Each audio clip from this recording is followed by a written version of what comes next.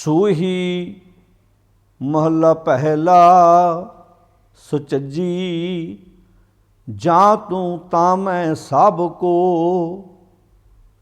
तू साहिब मेरी रास जियो। तुदे अंतर हों सुख वसां, तू अंतर शाबास जियो। भाणे तख्त वडाइयां, भाणे भीख उदास जियो। भाणे थल सिर सर्व है, कमल फुलै आकाश जियो। भाणे भवजल लंघिए, भाणे मंझ भरी आस जियो। भाणे सो शहर अंगुला, सिफत रता गुणतास जियो। भाणे शह पियावला, हाँ आवन जान मुयास जियो। तू शह अगम अतोलवा, हाँ कह कह ढह पियास जियो। क्या मांगो क्या कह सुनी, मैं दर्शन भूख प्यास जियो। गुर शब्दी शह पाया, सच नानक की अरदास जियो। वाहिगुरु जी का खालसा, वाहिगुरु जी की फतेह। गुरु प्यारी साध संगत जीओ, सिख धर्म दे बानी धन गुरु नानक साहब सच्चे पातशाह महाराज जी की रसना तो उचारण किया होया शब्द, जिसका पाठ आपां बहुत प्यार नाल श्रवण किया है। ये शब्द राग सूही दे विच सुचज्जी सरलेख हेठ ये शब्द गुरु ग्रंथ साहिब जी के पावन अंक 762 उपर सुभाईमान है। आपां कल जिस शब्द की विचार सांझी की सी वो कुचज्जी सरलेख हेठ सी। अज वाला शब्द जिसकी विचार आपां सांझी करनी है ये सुचज्जी सरलेख हेठ है। इस तो बाद जो अगला शब्द है गुरु पंजवें पातशाह जी का, वो गुणवंती सरलेख हेठ है। ये तीन शब्द, इन्हां तीन शब्दों तो बाद आपां अगे लावां की व्याख्या करांगे। गुरु रामदास महाराज जी ने उन्हां चार बंदां विच सानू की उपदेश बख्शिश किया है। तो आओ साध संगत, अज आपां बड़े प्यार नाल जो गुरु नानक साहब महाराज जी की रसना तो उचारण किया होया शब्द, जिसका पाठ श्रवण किया है, ये कल भी आपां गल कीती सी कि ये जिहड़े शब्द ने इन्हां विच रहाओ दा बंद कोई नहीं है, तो ना इन्हां विच रहाओ दा बंद है, तो ना शब्दां दे जिवें बाकी शब्दां दे किसी दे 4 बंद किसी दे 5 बंद हुंदे ने, इदां ही ने। इन्हां विच सिर्फ इक्को बंद है, यानी कि जदों शब्द कंप्लीट हुंदा है, मुकम्मल हुंदा, अखीर ते एक अंक लिखिआ है। कल वाले शब्द जिहदी आपां विचार कीती सी कुचज्जी सरलेख हेठ, उहदे अखीर ते जाके 2 डंडियां, फिर 1 अंक, फिर 2 डंडियां, यानी कि गिनती भी आ गई तो शब्द का बंद भी उहदे विच ही आ गया, भी इक्को ही शब्द है, एक ही बंद है। इहदे भी अखीर विच अखीर ते 2 डंडियां ते विचकाए 2 लिखिआ है, फिर इस तो बाद 2 डंडियां ने, यानी कि इस शब्द विच भी कोई जिवें आम शब्दां 'च 2-3 बंद हुंदे ने, ये मुकम्मल शब्द अपने आप च एक बंद है। तो गुरु ग्रंथ साहिब जी दे विच इदां आपां कल भी गल कीती सी, बहुत शब्द इदां दे हैगे ने जिन्हां विच कोई रहाओ दा बंद नहीं, सगों मुकम्मल एक शब्द ही कंप्लीट पूरा हुंदा है। हुण आपां इस शब्द की जो विचार आरंभ करनी है, इनू आपां हिस्सियां च वंड लैना ताकि पता लग जाए भी किस सबजैक्ट की गल, किस विषय की गल गुरु पातशाह जी इस शब्द विच कर रहे हैं। क्योंकि ये दोनों, ये जिहड़े दोनों तिन्ने शब्द ने, ये इन्हां दा प्रसंग आपस विच रलदा है।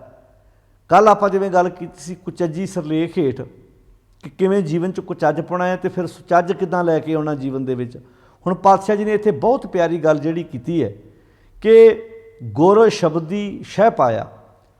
हुण जिवें गल आपां कल विचार सांझी कीती सी, जिहदे विच अपने आप नूं दुहागण पेश करके कहा कि सारियां सुहागणां जिहड़ियां ने ਉਹ ਖਸਮ ਦੇ ਨਾਲ ਮਾਲਕ ਨਾਲ ਰਤੀਆਂ ਹੋਈਆਂ ਨੇ। ਸਭ ਰਾਤੀ ਸੁਹਾਗਣਾ ਦੀਆਂ ਸਾਰੀਆਂ ਰਾਤਾਂ ਹੀ ਮਾਲਕ ਦੇ ਨਾਲ ਹੁੰਦੀਆਂ ਨੇ। ਪਾਵਾ ਇੱਥੇ ਰਾਤਾਂ ਦਾ ਅਰਥ ਹੈ ਹਰ ਪਲ, ਹਰ ਪੈਰ, ਹਰ ਸਮਾਂ ਉਹ ਸੱਚ ਦੇ ਨਾਲ ਜੁੜ ਕੇ ਆਪਣਾ ਜੀਵਨ ਜਿਉਂਦੀਆਂ ਨੇ। ਮੈਂ ਦੁਹਾਗਣ ਕਾਈ ਰਾਤ ਜਿਉ, ਮੈਨੂੰ ਦੁਹਾਗਣ ਨੂੰ ਇੱਕ ਰਾਤ ਮਿਲ ਜਾਏ, ਭਾਵ ਥੋੜ੍ਹਾ ਜਿਹਾ ਸਮਾਂ ਵੀ ਮਿਲ ਜਾਏ ਕਿ ਮੈਂ ਉਸ ਸੱਚ ਨੂੰ ਆਪਣੀ ਜ਼ਿੰਦਗੀ ਵਿੱਚ ਹੰਢਾ ਸਕਾਂ, ਉਸ ਸੱਚ ਦੇ ਨਾਲ ਸਾਂਝ ਪਾ ਸਕਾਂ ਅਤੇ ਮੇਰੀ ਜ਼ਿੰਦਗੀ ਖੂਬਸੂਰਤ ਬਣ ਸਕੇ। ਜਿਵੇਂ ਆਪਾਂ ਇਸ ਕੁਚੱਜੀ ਸਿਰਲੇਖ ਹੇਠ ਆਏ ਸ਼ਬਦ ਵਿੱਚ ਆਪਾਂ ਵਿਚਾਰ ਕਰ ਚੁੱਕੇ ਸੀ ਕਿ ਮੰਝ ਕੁਚੱਜੀ ਉਮਾਵਨ ਡੋਸੜੇ ਹਉ ਕਿਉਂ ਸ਼ਹਿ ਰਾਵਣ ਜਾਉ ਜੀਓ, ਵੀ ਮੈਂ ਆਪ ਮੰਨਦੀ ਹਾਂ ਵੀ ਮੇਰੇ ਵਿੱਚ ਖੁਦ ਕੁਚੱਜ ਪਾਉਣਾ ਹੈ ਅਤੇ ਮੇਰੇ ਵਿੱਚ ਇੰਨੇ ਕੁ ਔਗਣ ਨੇ ਕਿ ਉਹ ਔਗਣ ਸਮਾ ਨਹੀਂ ਸਕਦੇ। ਹੁਣ ਕਿਉਂ ਸ਼ਹਿ ਰਾਵਣ ਜਾਉ ਜੀਓ, ਵੀ ਮੇਰੇ 'ਚ ਕੋਈ ਕੁਆਲਿਟੀ ਹੋਵੇ ਅਤੇ ਮੈਂ ਸ਼ਹਿਰ ਨੂੰ ਖੁਸ਼ ਕਰ ਸਕਾਂ ਨਾ, ਵੀ ਉਹਦੇ ਨਾਲ ਮੇਰੀ ਸਾਂਝ ਪੈ ਸਕੇ, ਕਿਉਂਕਿ ਉੱਥੇ ਤਾਂ ਇੱਕ ਦੂ ਇੱਕ ਚੜ੍ਹੰਦੀਆਂ ਵਾ, ਕੌਣ ਜਾਣੇ ਮੇਰਾ ਨਾਉ ਜੀਓ। ਇਸ ਕਰਕੇ ਜਿੰਨੀ ਸਖੀ ਸ਼ਹਿ ਰਾਵਿਆ ਸੇ ਅੰਬੀ ਛਾਂਵੜੀਏ ਜੀਓ, ਜਿਨ੍ਹਾਂ ਨੇ ਸੱਚ ਨਾਲ ਸਾਂਝ ਪਾਈ ਹੈ, ਜਿਵੇਂ ਅੰਬਾਂ ਦੀ ਸੰਘਣੀ ਛਾਂ ਦਾ ਉਹ ਆਨੰਦ ਮਾਣਦੇ ਨੇ ਲੋਕ ਜਿਹੜੇ ਧੁੱਪ ਤੋਂ ਸਤਾਏ ਹੋਏ ਹੁੰਦੇ ਨੇ। ਕਹਿੰਦੇ ਇੱਦਾਂ ਹੀ ਜਿਹੜੀਆਂ ਜੀਵ ਇਸਤਰੀਆਂ ਸੱਚ ਨਾਲ ਸਾਂਝ ਪਾ ਲੈਂਦੀਆਂ ਨੇ, ਉਹ ਅੰਬਾਂ ਦੀ ਠੰਡੀ ਛਾਂ ਦੀ ਤਰ੍ਹਾਂ ਆਪਣਾ ਜੀਵਨ ਵਧੀਆ ਤਰੀਕੇ ਨਾਲ ਠੰਡਕ ਵਾਲਾ ਜਿਉਂਦੀਆਂ ਨੇ, ਭਾਵ ਅੰਦਰ ਦੀ ਕਲਪਨਾ ਉਹਨਾਂ ਦੇ ਜੀਵਨ ਵਿੱਚ ਨਹੀਂ ਹੁੰਦੀ। ਤੋ ਪਾਤਸ਼ਾਹ ਜੀ ਨੇ ਇਹਦੇ ਵਿੱਚ ਜਦੋਂ ਜਾ ਕੇ ਅੱਗੇ ਗੱਲ ਕੀਤੀ, ਕਹਿੰਦੀ ਮੈਂ ਵੀ ਉਹਦਾ ਆਨੰਦ ਮਾਣ ਸਕਦੀ ਸੀ, ਪਰ ਮੈਂ ਬਦਕਿਸਮਤ ਉਹ ਅਭਾਗਣ ਵਾਂ ਕਿ ਮੈਂ ਆਪਣੀ ਜ਼ਿੰਦਗੀ ਦਾ ਜੀਵਨ ਮਨੋਰਥ ਸੋਇਨਾ ਰੂਪਾ ਰੰਗੋਲਾ ਇਹਨਾਂ ਨੂੰ ਹੀ ਬਣਾ ਕੇ ਬੈਠ ਗਈ। ਮੈਂ ਮੰਦਰ ਮਿੱਟੀ ਸੰਦੜੇ ਪੱਥਰ ਕੀਤੇ ਰਾਸ ਜੀਓ, ਇਹਨਾਂ ਨੂੰ ਆਪਣੀ ਜ਼ਿੰਦਗੀ ਦੀ ਰਾਸ ਪੂੰਜੀ ਬਣਾ ਲਿਆ। ਤੋ ਇਹਦੇ ਨਾਲ ਮੇਰੀ ਜ਼ਿੰਦਗੀ ਦਾ ਸਭ ਤੋਂ ਵੱਡਾ ਨੁਕਸਾਨ ਕੀ ਹੋਇਆ, ਵੀ ਹਾਂ ਇੰਨੀ ਟੋਲੀ ਭੁੱਲੀਅਸ ਤਿਸ ਕੰਤ ਨਾ ਬੈਠੀ ਪਾਸ ਜੀਓ, ਵੀ ਮੈਂ ਕੰਤ ਕੋਲ ਕਦੀ ਬਹਿ ਹੀ ਨਾ ਸਕੀ, ਇਹਨਾਂ ਪਦਾਰਥਾਂ ਦੇ ਮੋਹ ਵਿੱਚ ਆਪਣੀ ਸਾਰੀ ਜ਼ਿੰਦਗੀ ਤਬਾਹ ਕਰ ਲਈ। ਅਤੇ ਇਹਦਾ ਮੇਰੀ ਜ਼ਿੰਦਗੀ 'ਚ ਅਸਰ ਕੀ ਹੋਇਆ, ਅੰਬਰ ਕੂੰਜਾਂ ਕੁਰਲੀਆਂ, ਮੇਰੀ ਜ਼ਿੰਦਗੀ ਜਿਹੜੇ ਗੁਣ ਸੀ ਉਹ ਬਹੁਤ ਦੂਰ ਚਲੇ ਗਏ, ਭਾਵ ਮੇਰੀ ਜ਼ਿੰਦਗੀ 'ਚੋਂ ਨਿਕਲ ਗਏ। ਅੰਬਰ ਦੂਰ ਆਕਾਸ਼ ਜਿਹਨੂੰ ਆਪਾਂ ਕਹਿੰਦੇ, ਕੂੰਜਾਂ ਗੁਣ ਮੇਰੀ ਜ਼ਿੰਦਗੀ 'ਚੋਂ ਗੁਣ ਰੂਪੀ ਕੂੰਜਾਂ ਆਕਾਸ਼ ਵਿੱਚ ਦੂਰ ਚਲੀਆਂ ਗਈਆਂ। ਕਹਿੰਦੇ ਕੁਰਲ ਕਰਦੀਆਂ ਦੂਰ ਚਲੀਆਂ ਗਈਆਂ। ਕਹਿਣ ਲੱਗੇ ਬੱਗ ਬੈਠੇ ਆਏ ਜੀ, ਉਹ ਮੇਰੀ ਜ਼ਿੰਦਗੀ 'ਚ ਬਗਲੇ ਆਣ ਕੇ ਬੈਠ ਗਏ, ਭਾਵ ਪਖੰਡ ਨੇ ਮੇਰੀ ਜ਼ਿੰਦਗੀ 'ਚ ਘਰ ਕਰ ਲਿਆ ਅਤੇ ਸਾਹ ਧਨ ਚੱਲੀ ਸਹੁਰੇ। ਹੁਣ ਇਹ ਮੇਰੀ ਜ਼ਿੰਦਗੀ 'ਚ ਕੁਆਲਿਟੀ ਆ ਕਿ ਮੇਰੇ ਕੋਲ ਗੁਣ ਕੋਈ ਨਹੀਂ ਹੈਗਾ, ਅਤੇ ਮੈਂ ਕਿਹੜਾ ਮੂੰਹ ਲੈ ਕੇ ਸਹੁਰੇ ਘਰ ਜਾਵਾਂਗੀ। ਹੁਣ ਇਹ ਗੱਲਾਂ ਆਪਾਂ ਆਪਣੇ ਪਰਿਵਾਰਾਂ 'ਤੇ ਵੀ ਲਾ ਕੇ ਵੇਖਣੀਆਂ। ਕੱਲ੍ਹ ਵੀ ਗੱਲ ਕੀਤੀ ਸੀ ਕਿ ਧੀ ਕੋਲ ਗੁਣ ਕੋਈ ਨਾ ਹੋਵੇ, ਜ਼ਿੰਦਗੀ 'ਚ ਪਖੰਡ ਹੀ ਹੋਵੇ, ਅਤੇ ਹੁਣ ਤੁਸੀਂ ਇਹੋ ਜਿਹੀ ਧੀ ਦਾ ਵਿਆਹ ਕਰ ਦਿਓ ਜਾਂ ਇਹੋ ਜਿਹੇ ਪੁੱਤ ਦਾ ਵਿਆਹ ਕਰ ਦਿਓ, ਮਾਫ਼ ਕਰਨਾ, ਇਹ ਪੁੱਤ 'ਤੇ ਵੀ ਢੁਕਦਾ ਅਤੇ ਧੀ 'ਤੇ ਵੀ ਢੁਕਦਾ ਹੈ। ਪੁੱਤ 'ਚ ਵੀ ਕੁਆਲਿਟੀ ਨਾ ਹੋਵੇ, ਤੁਸੀਂ ਤਾਂ ਆਨੰਦ ਕਾਰਜ ਕਰ ਦਿਓ, ਅਤੇ ਮਾਫ਼ ਕਰਨਾ ਉਹ ਗ੍ਰਸਤੀ ਜੀਵਨ ਦਾ ਆਨੰਦ ਨਹੀਂ ਲੈ ਸਕਦਾ। ਸਗੋਂ ਕਈ ਵਾਰੀ ਆਪਾਂ ਇਸ ਕਰਕੇ ਵਿਆਹੁੰਦੇ ਹਾਂ ਪੁੱਤ ਧੀ ਵੀ ਭਾਰ ਲੱਥੇਗਾ, ਪਰ ਉਹ ਕੰਮ ਐਸਾ ਉਲਟਾ ਹੁੰਦਾ ਵੀ ਉਹ ਭਾਰ ਪਾ ਕੇ ਸਾਡੇ 'ਤੇ ਉਲਟਾ ਮਰ ਜਾਂਦਾ ਹੈ। ਬਹੁਤ ਵਾਰੀ ਐਸਾ ਹੁੰਦਾ ਹੈ ਕਿ ਅਸੀਂ ਜਦੋਂ ਜ਼ਿੰਦਗੀ 'ਚ ਇਹ ਗੁਣ ਨਹੀਂ ਆਏ ਅਤੇ ਅਸੀਂ ਉਹਨਾਂ ਬੱਚਿਆਂ ਦੇ ਆਨੰਦ ਕਾਰਜ ਕਰਦੇ ਨੇ। ਇਹਨਾਂ ਸ਼ਬਦਾਂ ਨੂੰ ਅਸੀਂ ਸਮਾਜ ਵਿੱਚ ਲਾ ਕੇ ਵੇਖਣਾ, ਬਹੁਤ ਸੋਹਣੀ ਤਸਵੀਰ ਇਹਨਾਂ ਸ਼ਬਦਾਂ ਨੇ ਸਮਾਜ ਦੀ ਖਿੱਚੀ ਹੋਈ ਹੈ। ਤੋ ਪਾਤਸ਼ਾਹ ਜੀ ਇੱਥੇ ਗੱਲ ਕਰਦੇ ਨੇ, ਸਾਹ ਧਨ ਚੱਲੀ ਸਹੁਰੇ ਕਿਆ ਮੂੰਹ ਦੇਸੀ ਅੱਗੇ ਜਾਏ ਜੀਓ, ਵੀ ਮੈਂ ਕਿਹੜਾ ਮੂੰਹ ਲੈ ਕੇ ਜਾਵਾਂਗੀ ਜਦੋਂ ਮੇਰੇ 'ਚ ਗੁਣ ਤਾਂ ਕੋਈ ਵੀ ਹੈ ਨਹੀਂ, ਅਤੇ ਕਿਹੜਾ ਗੁਣ ਮੈਂ ਨਾਲ ਲੈ ਕੇ ਜਾਵਾਂਗੀ, ਕਿਉਂਕਿ ਗੁਣਾਂ ਨਾਲ ਤਾਂ ਜ਼ਿੰਦਗੀ ਖੂਬਸੂਰਤ ਬਣਨੀ ਹੈ। ਤੋ ਪਾਤਸ਼ਾਹ ਜੀ ਫਿਰ ਇੱਥੇ ਗੱਲ ਸਮਝਾਉਂਦੇ ਨੇ, ਜਿਹੜਾ ਅੱਗੇ ਜਾ ਕੇ ਸ਼ਬਦ ਸੁਚੱਜੀ ਆਇਆ ਉਹਦੇ ਅਖੀਰ ਵਿੱਚ ਕਹਿਤਾ ਕਿ ਇੱਕੋ ਤਰੀਕਾ, ਜੇ ਤੂੰ ਦੁਹਾਗਣ ਤੋਂ ਸੁਹਾਗਣ ਬਣਨਾ ਚਾਹੁੰਦੀ ਹੈ ਅਤੇ ਉਹਦਾ ਇੱਕੋ ਤਰੀਕਾ ਗੁਰ ਸ਼ਬਦੀ, ਗੁਰੂ ਦੇ ਸ਼ਬਦ ਦੁਆਰਾ, ਗੁਰੂ ਦੀ ਸਿੱਖਿਆ ਦੁਆਰਾ ਸ਼ਹਿ ਪਾਇਆ, ਉਸ ਸ਼ਹਿ ਦੀ ਸੱਚ ਦੀ ਪ੍ਰਾਪਤੀ ਕੀਤੀ। ਸੱਚ ਨਾਨਕ ਕੀ ਅਰਦਾਸ ਜੀ, ਨਾਨਕ ਦੀ ਅਰਦਾਸ ਹੈ ਕਿ ਗੁਰੂ ਦੇ ਸ਼ਬਦ ਦੁਆਰਾ ਹੀ ਆਪਣੀ ਜ਼ਿੰਦਗੀ 'ਚੋਂ ਕੁਚੱਜਪੁਣਾ ਬਾਹਰ ਕੱਢ ਕੇ ਦੁਹਾਗਣ ਵਾਲਾ ਉਹ ਜਿਹੜਾ ਹੈਗਾ ਸੀ ਚਿਹਰਾ, ਉਹਨੂੰ ਸੁਹਾਗਣ ਦੇ ਵਿੱਚ ਤਬਦੀਲ ਕੀਤਾ ਜਾ ਸਕਦਾ। ਇੱਕੋ ਤਰੀਕੇ ਨਾਲ ਗੁਰ ਸ਼ਬਦ ਦੀ ਸ਼ਹਿ ਪਾਇਆ, ਸੱਚ ਨਾਨਕ ਕੀ ਅਰਦਾਸ ਜੀਓ। ਤੋ ਪਾਤਸ਼ਾਹ ਕਹਿੰਦੇ ਜਦੋਂ ਗੁਰੂ ਦੇ ਸ਼ਬਦ ਨਾਲ ਸਾਂਝ ਪੈ ਜਾਏ, ਫਿਰ ਬੰਦਾ ਆਪਣੀ ਜ਼ਿੰਦਗੀ ਨੂੰ ਜਦੋਂ ਸਵਾਰਦਾ ਹੈ ਅਤੇ ਸੁਚੱਜਪੁਣਾ ਜ਼ਿੰਦਗੀ 'ਚ ਆਉਂਦਾ ਹੈ, ਫਿਰ ਉਹ ਆਪਣੀ ਜ਼ਿੰਦਗੀ 'ਚ ਇੱਦਾਂ ਮਾਣ ਕਰਦਾ ਹੈ, ਜਾਂ ਤੂੰ ਕਹਿ ਲਗੇ ਜਾਂ ਤੂੰ ਤਾਂ ਮੈਂ ਸਭ ਕੁ, ਹੇ ਮੇਰੇ ਮਾਲਕ ਜੀ, ਜੇ ਤੁਸੀਂ ਮੇਰੇ ਅੰਦਰ ਹੋ, ਜੇ ਮੇਰੀ ਤੁਹਾਡੇ ਨਾਲ ਸਾਂਝ ਪਈ ਹੋਈ ਹੈ, ਯਾਨੀ ਕਿ ਜੇ ਮੈਂ ਤੁਹਾਡੇ ਕੋਲੋਂ ਜੀਵਨ ਜਾਚ ਸਿੱਖੀ ਹੋਈ ਹੈ, ਤਾਂ ਸਭ ਕੁ, ਜਾਂ ਤੂੰ ਤਾਂ ਮੈਂ ਸਭ ਕੁ, ਜੇ ਤੁਸੀਂ ਮੇਰੇ ਅੰਦਰ ਹੋ ਤੇ ਫਿਰ ਸਾਰੇ ਮੇਰਾ ਇੱਜ਼ਤ ਮਾਣ ਕਰਦੇ ਨੇ। ਇਹ ਗੱਲ ਕਿਹਨੂੰ ਸਮਝ ਆਉਂਦੀ ਹੈ ਭਲਾ? ਜਿਹਨੂੰ ਗੁਰੂ ਦੇ ਸ਼ਬਦ ਦੁਆਰਾ ਸੱਚ ਨਾਲ ਪਿਆਰ ਪੈ ਜਾਏ, ਜਿਹੜਾ ਸੱਚ ਵਿੱਚ ਇੱਕਮਿਕ ਹੋ ਜਾਏ ਜਿਹੜੀ ਜੀਵ ਇਸਤਰੀ, ਉਹ ਫਿਰ ਇੱਦਾਂ ਕਹਿੰਦੀ ਆ, ਜਾਂ ਤੂੰ ਤਾਂ ਮੈਂ ਸਭ ਕੋ, ਕਹਿਣ ਲੱਗੇ ਤੂੰ ਸਾਹਿਬ, ਤੁਸੀਂ ਮੇਰੇ ਮਾਲਕ ਹੋ, ਕਹਿਣ ਲੱਗੇ ਤੂੰ ਸਾਹਿਬ ਮੇਰੀ ਰਾਸ ਜੀਓ, ਤੇ ਤੁਸੀਂ ਮੇਰੀ ਜ਼ਿੰਦਗੀ ਦੀ ਰਾਸ ਹੋ। ਹੁਣ ਆਪਾਂ ਕੱਲ੍ਹ ਗੱਲ ਕੀਤੀ ਸੀ ਨਾ ਵੀ ਉੱਥੇ ਪੱਥਰ ਕੀਤੇ ਰਾਸ ਸੀ, ਉੱਥੇ ਤੇ ਮੰਦਰ ਮਿੱਟੀ ਸੰਦੜੇ ਪੱਥਰ ਕੀਤੇ ਰਾਸ, ਤੇ ਇੱਥੇ ਹੁਣ ਰਾਸ ਬਦਲ ਗਈ ਹੈ ਨਾ, ਕਿਉਂਕਿ ਉੱਥੇ ਕੁਚੱਜਪੁਣਾ ਸੀ, ਉਸ ਸ਼ਬਦ ਵਿੱਚ ਕੁਚੱਜਪੁਣਾ, ਇੱਥੇ ਸੁਚੱਜਪੁਣਾ ਵਾ। ਕੁਚੱਜੀ ਜਿਹੜੀ ਔਰਤ ਆ ਉਹ ਸੂਟਾਂ ਨੂੰ, ਉਹ ਕੱਪੜਿਆਂ ਨੂੰ, ਗਹਿਣੇ ਨੂੰ, ਬੈਂਕ ਬੈਲੈਂਸ ਨੂੰ ਆਪਣੀ ਜ਼ਿੰਦਗੀ ਰਾਸ ਪੂੰਜੀ ਸਮਝ ਲੈਂਦੀ ਹੈ, ਚਾਹੇ ਔਰਤ ਹੈ ਚਾਹੇ ਮਰਦ ਹੈ। ਹੁਣ ਮੰਨ ਲਓ ਇਹ ਗੱਲ ਮਰਦ 'ਤੇ ਵੀ ਢੁਕਦੀ ਆ ਵੀ ਜਿਹੜਾ ਔਰਤ ਦੇ ਆਪਣੀ ਪਤਨੀ ਦੇ ਯਾਨੀ ਕਿ ਪੇਕਿਆਂ ਵੱਲ ਇਹੋ ਧਿਆਨ ਰੱਖਦਾ, ਉੱਥੋਂ ਗੱਡੀ ਆ ਜਾਏ, ਉੱਥੋਂ ਕਾਰ ਆ ਜਾਏ, ਵੀ ਸਮਾਨ ਤੇ ਆ ਜਾਊ, ਪਰ ਤੇਰਾ ਘਰ ਸਵਰਗ ਥੋੜ੍ਹਾ ਬਣੇਗਾ। ਬਹੁਤ ਲੋਕ ਨੇ ਜਿਨ੍ਹਾਂ ਨੇ ਦਾਜ ਮੂੰਹ ਮੰਗ ਕੇ ਲਏ, ਬਾਅਦ ਵਿੱਚ ਨਰਕ ਵਾਲਾ ਜੀਵਨ ਜਿਉਂਦੇ ਨੇ, ਕਿਉਂਕਿ ਉਹਨਾਂ ਨੇ ਜ਼ਿੰਦਗੀ ਦਾ ਟਾਰਗੇਟ, ਜ਼ਿੰਦਗੀ ਦਾ ਮਨੋਰਥ ਹੀ ਇਹ ਸਮਝ ਲਿਆ ਵੀ ਪਦਾਰਥ ਹੀ ਆਪਣੀ ਜ਼ਿੰਦਗੀ ਦਾ ਮਨੋਰਥ ਬਣਾ ਲਿਆ ਉਹਨਾਂ ਨੇ। ਤਾਂ ਪਾਤਸ਼ਾਹ ਇੱਥੇ ਗੱਲ ਕਹਿੰਦੇ ਨੇ, ਜਾਂ ਤੂੰ ਤਾਂ ਮੈਂ ਸਭ ਕੋ, ਤੂੰ ਸਾਹਿਬ ਮੇਰੀ ਰਾਸ। ਹੁਣ ਤੁਸੀਂ ਮੇਰੇ ਮਾਲਕ ਹੋ ਤੇ ਤੁਸੀਂ ਮੇਰੀ ਰਾਸ। ਹੁਣ ਰਾਸ ਬਦਲ ਗਈ ਨਾ, ਪਹਿਲਾਂ ਰਾਸ ਜਿਹੜੀ ਸੀ ਮੰਦਰ ਮਿੱਟੀ ਸੰਦੜੇ ਪੱਥਰ ਕੀਤੇ ਰਾਸ ਸੀ, ਹੁਣ ਰਾਸ ਹਰੀ ਬਣ ਗਿਆ, ਸੱਚ ਬਣ ਗਿਆ, ਪ੍ਰਮਾਤਮਾ ਬਣ ਗਿਆ। ਕਹਿਣ ਲੱਗੇ ਜਾਂ ਤੂੰ ਤਾਂ ਮੈਂ ਸਭ ਕੋ, ਜਦੋਂ ਤੁਸੀਂ ਮੇਰੇ ਅੰਦਰ ਹੋ ਤੇ ਸਾਰੇ ਮੇਰੇ ਇੱਜ਼ਤ ਮਾਣ ਕਰਦੇ ਆ। ਆਪਾਂ ਸ੍ਰੀ ਰਾਗ 'ਚ ਸ਼ਬਦ ਪੜ੍ਹਦੇ ਹਾਂ, ਤਿੱਚਰ ਵਸੇ ਸੁਹੇਲੜੀ ਜਿਚਰ ਸਾਥੀ ਨਾਲ। ਉਦੋਂ ਤੱਕ ਇਹ ਜੀਵ ਇਸਤਰੀ ਸੁਖੀ ਵਸਦੀ ਹੈ ਜਦੋਂ ਤੱਕ ਇਹਦੇ ਅੰਦਰ ਸੱਚ ਰੂਪੀ ਸਾਥੀ ਬੈਠਾ ਹੋਇਆ। ਜਾਂ ਸਾਥੀ ਉੱਠੀ ਚੱਲਿਆ ਤਾਂ ਧਨ ਖਾਕੂ ਉਰਾਲ। ਜਿਚਰ ਵਸਿਆ ਕੰਤ ਘਰ, ਜਦੋਂ ਤੱਕ ਸੱਚ ਰੂਪੀ ਕੰਤ ਇਹਦੇ ਹਿਰਦੇ 'ਚ ਬੈਠਾ, ਜਿਉ ਜਿਉ ਸਭ ਕਹਾਤ, ਸਾਰੇ ਜਿਉ ਜਿਉ ਕਰਦੇ, ਕਿਉਂਕਿ ਜਾਂ ਤੂੰ ਤਾਂ ਮੈਂ ਸਭ ਕੋ, ਜਦੋਂ ਤੱਕ ਤੁਸੀਂ ਮੇਰੇ ਅੰਦਰ ਹੋ ਤੇ ਸਾਰੇ ਮੇਰੇ ਇੱਜ਼ਤ ਮਾਣ ਕਰਦੇ ਨੇ। ਹੁਣ ਕਿੰਨੀ ਪਿਆਰੀ ਗੱਲ ਹੈ, ਜਿਵੇਂ ਦੁੱਧ ਬਿਨ ਧੇਨ ਪੰਖ ਬਿਨ ਪੰਖੀ। ਗਾਂ ਦਾ ਸਤਿਕਾਰ ਉਦੋਂ ਤੱਕ ਹੈ ਜਦੋਂ ਤੱਕ ਉਹ ਦੁੱਧ ਦਿੰਦੀ ਆ। ਦੁੱਧ ਦਿੰਦੀ ਹੋਵੇ ਗਾਂ ਗਵਾਜੇ ਤੇ ਲੱਭ ਕੇ ਲਿਆਈਦੀ ਆ, ਦੁੱਧ ਨਾ ਦਿੰਦੀ ਹੋਵੇ ਤੇ ਉਹਦਾ ਗਲੋਂ ਰੱਸਾ ਲਾ ਦੇਈਦਾ, ਆਪਣੇ ਆਪ ਹੀ ਲਾ ਦੇਈਦਾ। ਤੋ ਇਹ ਵੈਸੇ ਇਕੱਲੀ ਤੁਸੀਂ ਇੱਕ ਗਾਂ ਦੀ ਗੱਲ ਨਾ ਕਰੋ, ਦੁਨੀਆ ਅੰਦਰ ਹਰ ਵਸਤੂ ਦੀ ਕਦਰ ਉਹਦੇ ਗੁਣ ਕਰਕੇ ਆ।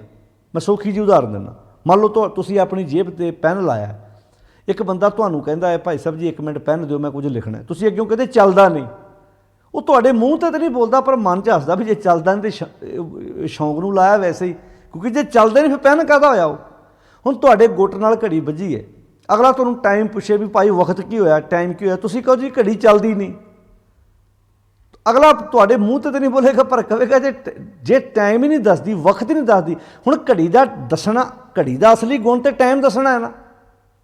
ਪੈਨ ਦਾ ਗੁਣ ਲਿਖਣਾ ਹੈ, ਗਾਂ ਦਾ ਗੁਣ ਉਹਨੇ ਦੁੱਧ ਦੇਣਾ ਹੈ। ਤੇ ਜੇ ਗਾਂ ਦੁੱਧ ਨਾ ਦੇਵੇ ਤੇ ਘਰੋਂ ਕੱਢ ਦੇਦੀ ਹੈ, ਤੇ ਪੈਨ ਨਾ ਲਿਖਦਾ ਹੋਵੇ ਉਹਦੇ ਆਪਾਂ ਕੋਈ ਨਾ ਕੋਈ ਪ੍ਰਬੰਧ ਤੇ ਕਰਦੇ ਹਾਂ ਨਾ, ਵੀ ਸਿੱਕਾ ਨਵਾਂ ਪਾਈਏ ਭਾਈ ਉਹਦੇ ਲਿਆ ਕੇ, ਜਿਹਦਾ ਉਹਦਾ ਕੋਈ ਪ੍ਰਬੰਧ ਕਰੀਏ। ਜੇ ਘੜੀ ਹੈ ਤੇ ਆਪਾਂ ਪੁੱਛਦੇ ਹੀ ਹਾਂ ਭਾਈ ਵੀ ਇਹਨੂੰ ਠੀਕ ਕਰਾ ਲਾ ਇਹਨੂੰ। ਹੁਣ ਤੁਹਾਡੇ ਘਰ ਕੋਈ ਗੱਡੀ ਮੰਗਣ ਆਵੇ ਗੁਆਂਢੀ, ਭਾਈ ਸਾਹਿਬ ਜੀ ਗੱਡੀ ਦਿਓ 10 ਮਿੰਟ, ਤੁਸੀਂ ਕਹੋ ਗੱਡੀ ਚੱਲਦੀ ਨਹੀਂ, ਉਹ ਤੁਹਾਡੇ ਮੂੰਹ ਤੇ ਨਹੀਂ ਬੋਲੇਗਾ, ਪਰ ਜਾਣ ਲੱਗਿਆ ਕਹੂਗਾ ਤਾਂ ਜ਼ਰੂਰ ਨਾ ਵੀ ਚਲਤੀ ਕਾ ਨਾਮ ਹੀ ਗਾੜੀ ਹੈ, ਚੱਲਦੀ ਨਹੀਂ ਫਿਰ ਗੱਡੀ ਕਾਹਦੀ, ਫਿਰ ਤਾਂ ਲੋਹਾ ਹੀ ਆ, ਚੱਲਦੀ ਤਾਂ ਨਾ ਤੇ ਗੱਡੀ ਹੈ। ਦੁਨੀਆ ਦੀ ਹਰ ਵਸਤੂ ਦੀ ਕਦਰ ਜਿਹੜੀ ਹੈ ਨਾ, ਹਰ ਵਸਤੂ ਦੀ ਕਦਰ ਉਹਦੇ ਗੁਣ ਕਰਕੇ ਆ। ਤੁਸੀਂ ਆਪਣੇ ਰੂਮ 'ਚ ਬੈਠੇ ਹੋ, ਪੱਖਾ ਚੱਲਦਾ ਇੱਕਦਮ ਬੰਦ ਹੋ ਜਾਏ ਤੇ ਆਪਾਂ ਚੈੱਕ ਕਰਾਈਏ ਲਿਆ ਕੇ, ਆਪਾਂ ਕਹੀਏ ਕੀ ਹੋ ਗਿਆ, ਸੜ ਗਿਆ ਇਹਦੇ। ਹੁਣ ਪੱਖੇ ਦਾ ਗੁਣ ਹਵਾ ਦੇਣਾ ਵਾ, ਉਹਦਾ ਗੁਣ ਹਵਾ ਦੇਣਾ ਵਾ, ਜੇ ਨਾ ਦੇਵੇ ਤੇ ਆਪਾਂ ਉਹਨੂੰ ਲਵਾ ਦਿੰਦੇ ਹਾਂ, ਉਹਨੂੰ ਕਹਿੰਦੇ ਇਹਨੂੰ ਪੱਖਾ ਸੜ ਗਿਆ ਨਵਾਂ ਬਣਾ ਕੇ ਲਿਆਓ। ਉਹ ਜਗ੍ਹਾ ਦੁਬਾਰਾ ਤਾਂ ਲੈ ਪਾਏਗਾ ਜੇ ਉਹ ਆਪਣੀ ਡਿਊਟੀ ਇਮਾਨਦਾਰੀ ਨਾਲ ਨਿਭਾਉਂਦਾ ਹੈ। ਹਰ ਵਸਤੂ ਦਾ ਕੋਈ ਨਾ ਕੋਈ ਗੁਣ ਹੈ, ਜਦੋਂ ਗੁਣ ਹੁੰਦਾ ਤਾਂ ਉਹਦੀ ਇੱਜ਼ਤ ਹੁੰਦੀ, ਸਤਿਕਾਰ ਹੁੰਦਾ। ਜਦੋਂ ਮੱਝ ਗਾਂ ਦੁੱਧ ਦਿੰਦੀ ਹੈ, ਕਿੱਦਾਂ ਨਵਾਉਂਦਾ ਕਿਸਾਨ ਉਹਨੂੰ। ਇੱਥੇ ਵੀ ਸ਼ਬਦ ਵਰਤਿਆ ਜਾਂ ਤੂੰ ਤਾਂ ਮੈਂ, ਜਾਂ ਤੂੰ ਤਾਂ ਮੈਂ, ਇਹਦਾ ਕਹਿ ਲਓ ਜਾਂ ਤੂੰ ਤਾਂ ਮੈਂ, ਜੇ ਤੂੰ ਆ ਤੇ ਤਾਂ ਹੀ ਮੈਂ ਵਾਂ, ਇੱਦਾਂ ਕਹਿ ਲਈਏ ਜਾਂ ਤੂੰ ਤਾਂ ਮੈਂ, ਜੇ ਤੂੰ ਆ ਤੇ ਤਾਂ ਹੀ ਮੈਂ ਵਾਂ, ਜੇ ਤੂੰ ਨਹੀਂ ਹੈਗਾ ਫਿਰ ਮੈਂ ਕਾਹਦਾ, ਫਿਰ ਤਾਂ ਮਿੱਟੀ ਦੀ ਢੇਰੀ ਹੈ। ਇਸੇ ਨੂੰ ਆਖਿਆ ਸੀ ਕੀ ਵਿਸਰੈ ਦੁੱਖ ਬਹੁਤਾ ਲਾਗੇ, ਦੁੱਖ ਲਾਗੇ ਤੂੰ ਵਿਸਰ ਨਾਹੀਂ। ਤੂੰ ਪਾਤਸ਼ਾਹ ਕਹਿੰਦੇ ਨੇ ਜਾਂ ਤੂੰ ਤਾਂ ਮੈਂ ਸਭ ਕੁਝ, ਜੇ ਤੁਸੀਂ ਮੇਰੇ ਅੰਦਰ ਹੋ ਤੇ ਸਭ ਕੁਝ, ਸਾਰੇ ਮੇਰਾ ਸਤਿਕਾਰ ਕਰਦੇ ਨੇ। ਤੂੰ ਸਾਹਿਬ ਮੇਰੀ ਰਾਸ ਜੀਓ, ਮੇਰੀ ਰਾਸ ਜੀਓ ਦਾ ਅਰਥ ਕੀ, ਮੇਰੀ ਰਾਸ ਹੁਣ ਮਾਲਕ ਜੀ ਤੁਸੀਂ ਹੋ।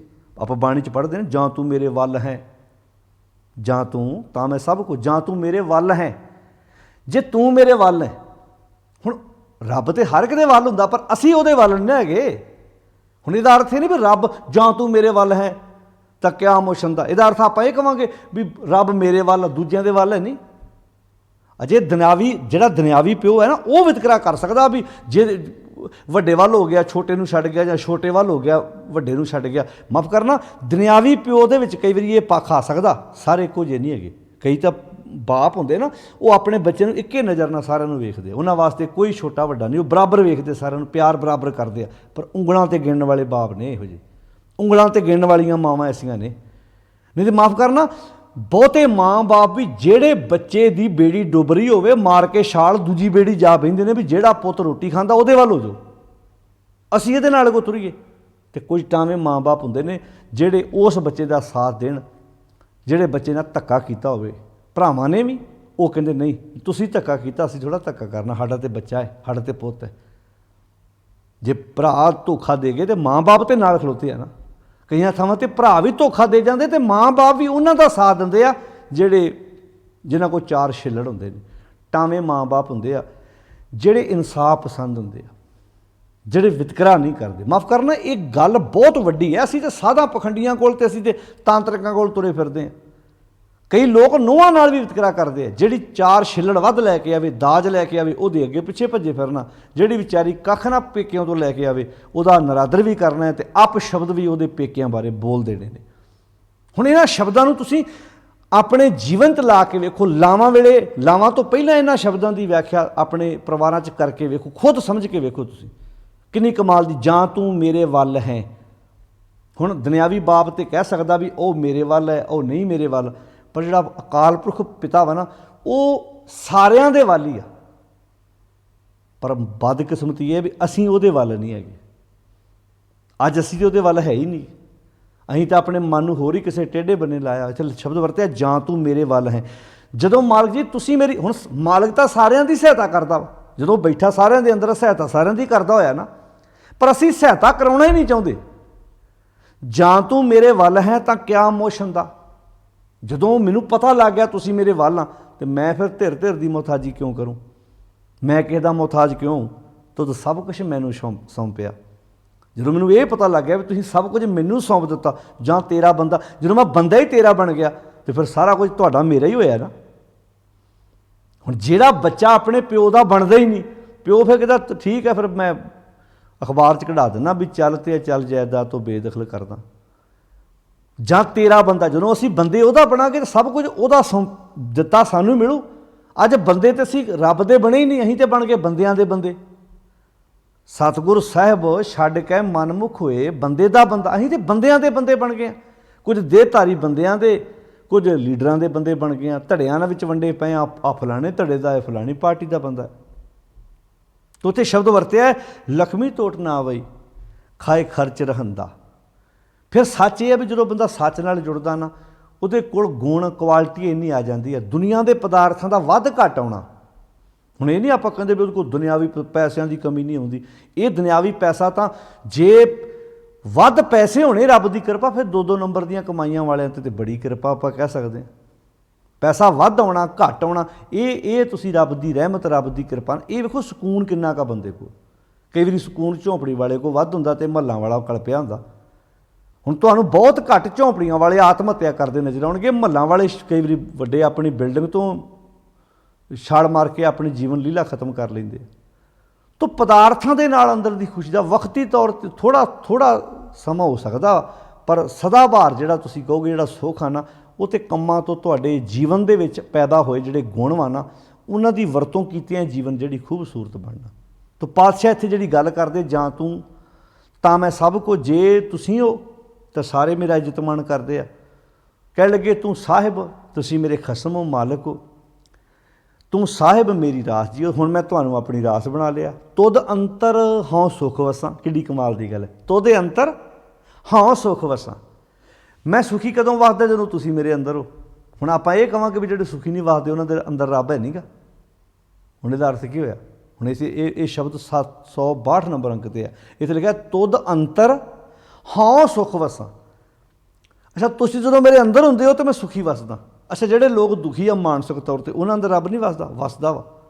ਪਰ ਗੱਲ ਤੇ ਵਿੱਚ ਭੀਤ ਆ ਨਾ, ਮਾੜੀ ਜੀ ਕੰਧ ਆ ਨਾ।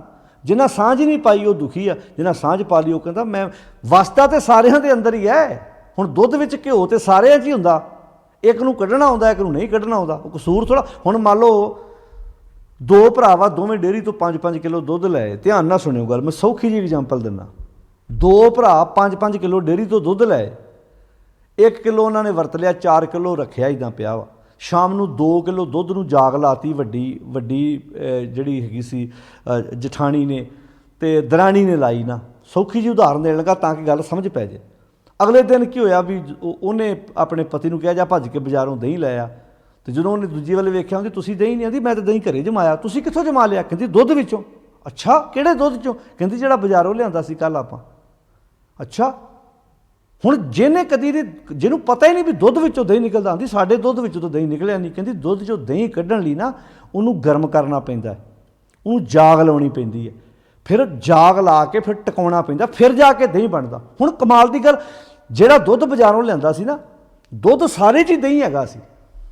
ਹੁਣ ਜਿਹਨੂੰ ਕੱਢਣਾ ਆਇਆ ਉਹਨੇ ਕੱਢ ਲਿਆ, ਜਿਹਨੂੰ ਨਹੀਂ ਕੱਢਣਾ ਆਇਆ ਉਹ ਇਹ ਥੋੜ੍ਹਾ ਕਹਿ ਸਕਦੀ ਸੀ। ਹੁਣ ਦੁੱਧ ਦੇ ਸਗਲ ਦੂਧ ਮੈਂ ਘੀਆ ਸ਼ਬਦ ਵਰਤਿਆ ਨਾ, ਸਗਲ ਬਨਸਪਤ ਮੈਂ ਬੈਸੰਤਰ, ਸਗਲ ਦੂਧ ਮੈਂ ਘੀਆ, ਊਚ ਨੀਚ ਮੈਂ ਜੋ ਸਮਾਣੀ, ਘਟ ਘਟ ਮਾਧੋ ਜੀਆਂ। ਹੁਣ ਸਾਰੀ ਮਿੱਟੀ ਵਿੱਚ ਇੱਟਾਂ ਵਾ, ਸਾਰੀ ਮਿੱਟੀ ਜਿੰਨੀ ਮਿੱਟੀ ਹੁੰਦੀ ਹੈ, ਜਦੋਂ ਘੁਮਿਆਰ ਗੁੰਨਦਾ ਉਹਦੇ ਵਿੱਚ ਕਿੰਨੇ ਬਰਤਨ ਹੁੰਦੇ ਆ।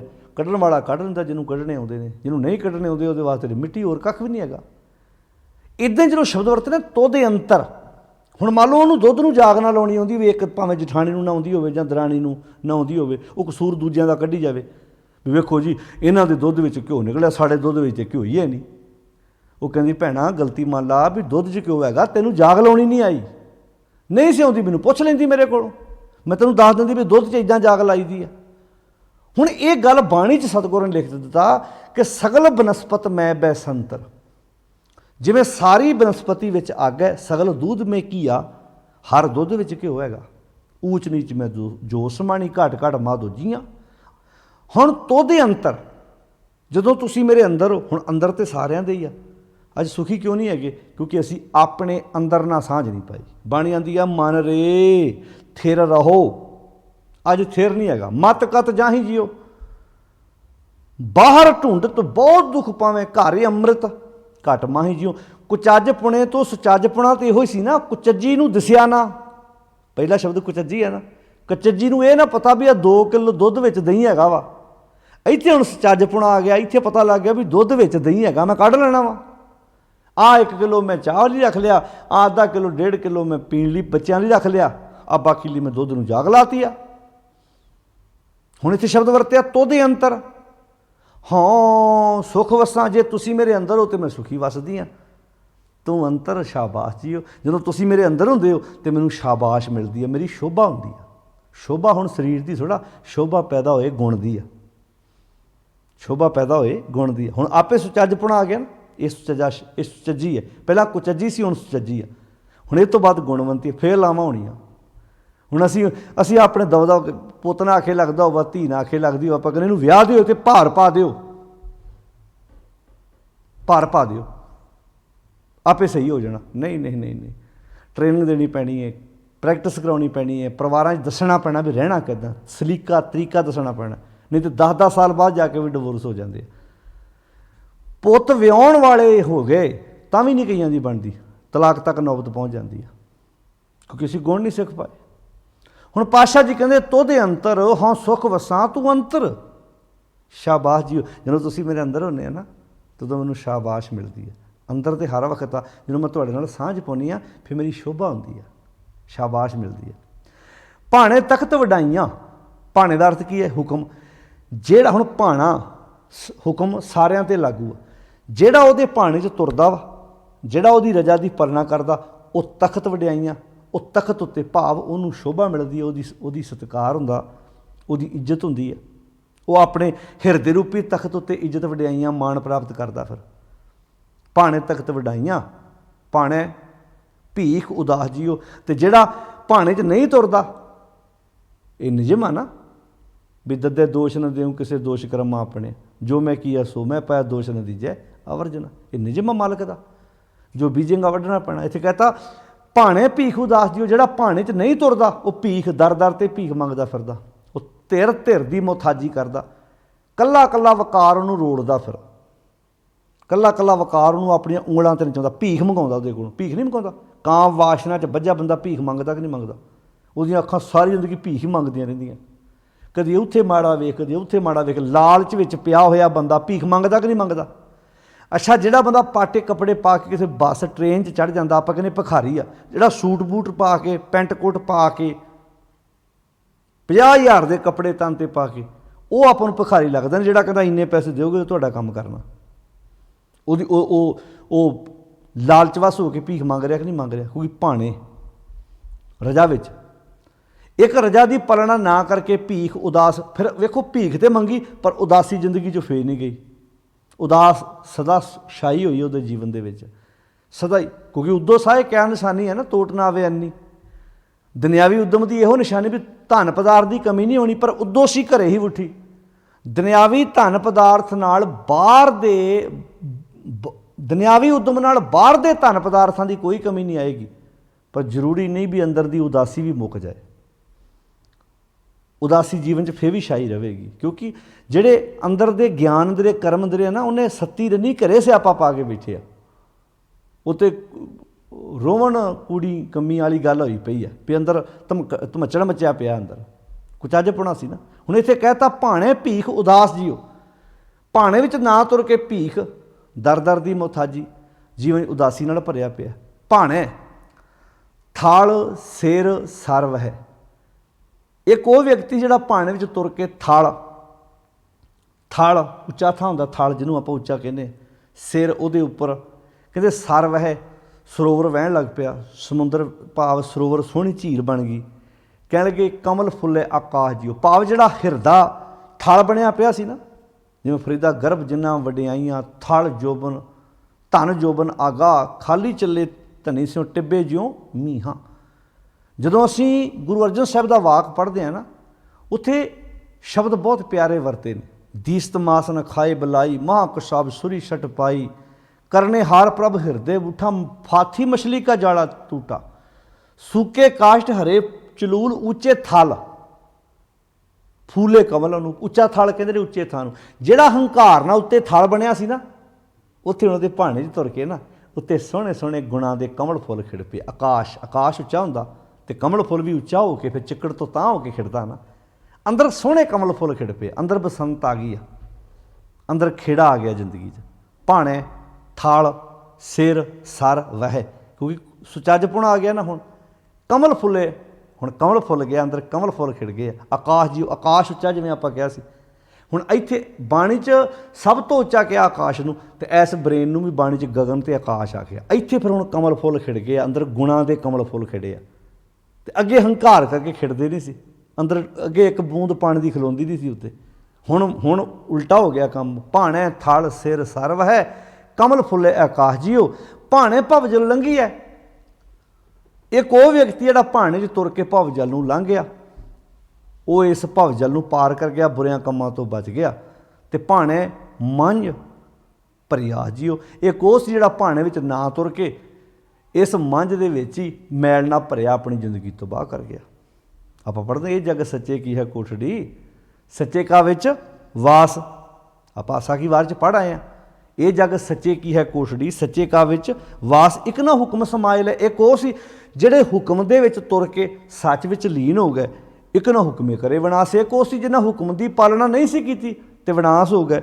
ਇੱਕ ਨਾ ਭਾਣੇ ਕੱਢ ਲੈ, ਇੱਕ ਉਹ ਸੀ ਜਿਹੜੇ ਭਾਣੇ ਵਿੱਚ ਤੁਰ ਕੇ ਬੁਰਿਆਂ ਕੰਮਾਂ 'ਚੋਂ ਬਚ ਗਏ। ਅਤੇ ਇੱਕ ਨਾ ਮਾਇਆ ਵਿੱਚ ਨਿਵਾਸ, ਇੱਕ ਉਹ ਸੀ ਜਿਹੜੇ ਹੁਕਮ ਦੀ ਪਾਲਣਾ ਨਾ ਕਰਕੇ, ਭਾਣੇ ਨੂੰ ਨਾ ਮੰਨ ਕੇ ਮਾਇਆ ਵਿੱਚ ਨਿਵਾਸ ਕਰ ਗਏ, ਬੁਰਿਆਂ ਕੰਮਾਂ 'ਚ ਹੀ ਫਸ ਗਏ। ਇੱਥੇ ਕਹਿਤਾ ਭਾਣੇ ਮੰਝ ਭਰੀ ਆਸ ਜੀਓ, ਭਰ ਗਏ ਨੱਕੋ ਨੱਕ ਬੁਰਿਆਂ ਖਿਆਲਾਂ ਨਾਲ, ਬੁਰੀ ਵਿਚਾਰ ਨਾਲ ਭਰ ਗਏ। ਭਾਣੇ ਸੋ ਸ਼ਹਿ ਰੰਗੂਲਾ, ਇੱਕ ਉਹ ਸੀ ਜਿਹੜੇ ਭਾਣੇ ਵਿੱਚ ਤੁਰ ਕੇ ਨਾ, ਜਿਹੜਾ ਪ੍ਰਭੂ ਪਰਮਾਤਮਾ ਰੰਗੂਲਾ ਸੀ, ਪਿਆਰਾ ਸੀ, ਉਹਦੇ ਨਾਲ ਸਾਂਝ ਪਾਈ। ਸਿਫਤ ਰਤਾ ਗੁਣਤਾਹ ਜੀਓ, ਸਿਫਤੀ ਦੇ ਵਿੱਚ ਰਤੇ ਗਏ, ਗੁਣਾਂ ਦੇ ਮਾਲਕ ਦੇ ਨਾਲ ਉਹਨਾਂ ਨੇ ਸਾਂਝ ਪਾ ਕੇ ਆਪਣੀ ਜ਼ਿੰਦਗੀ ਨੂੰ ਖੂਬਸੂਰਤ ਬਣਾ ਕੇ ਕੁਚੱਜਪੁਣਾ ਕੱਢ ਕੇ ਸੁਚੱਜਪੁਣਾ ਲੈ ਜਾਂਦਾ। ਅਤੇ ਭਾਣੇ ਸ਼ਹਿ ਪਿਆਵਲਾ, ਪਿਆਵਲਾ ਕਹਿੰਦੇ ਨੇ ਡਰਾਉਣੇ ਨੂੰ, ਇੱਕ ਉਹ ਨੇ, ਧਿਆਨ ਨਾਲ ਸੁਣਿਓ, ਭਾਣੇ ਸ਼ਹਿ ਪਿਆਵਲਾ।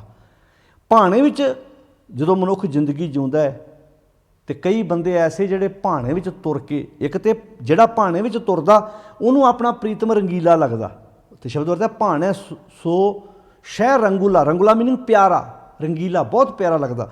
ਅਗਲੀ ਤੋਚ ਕਹਤਾ ਭਾਣੇ ਸ਼ਹਿ ਪਿਆਵਲਾ। ਕਈਆਂ ਨੂੰ ਡਰਾਉਣਾ ਵੀ ਲੱਗਦਾ, ਔਖਾ ਵੀ ਲੱਗਦਾ ਵਾ। ਕਿਹਨਾਂ ਨੂੰ? ਹੁਣ ਔਖਾ ਉਹਨਾਂ ਨੂੰ ਲੱਗਦਾ ਵਾ ਜਿਹੜੇ ਸੱਚ ਦੇ ਰਸਤੇ 'ਤੇ ਤੁਰਨਾ ਨਹੀਂ ਚਾਹੁੰਦੇ।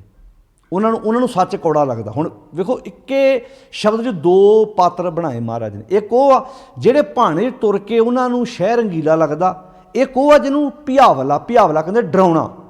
ਹੁਣ ਸੱਚ ਵੀ ਡਰਾਉਣਾ ਹੋ ਸਕਦਾ, ਰੱਬ ਵੀ ਡਰਾਉਣਾ ਹੋ ਸਕਦਾ, ਪਰ ਬਾਣੀ ਦਾ ਵਾਕ ਹੈ। ਬੜੀ ਪਿਆਰੀ ਗੱਲ ਹੈ।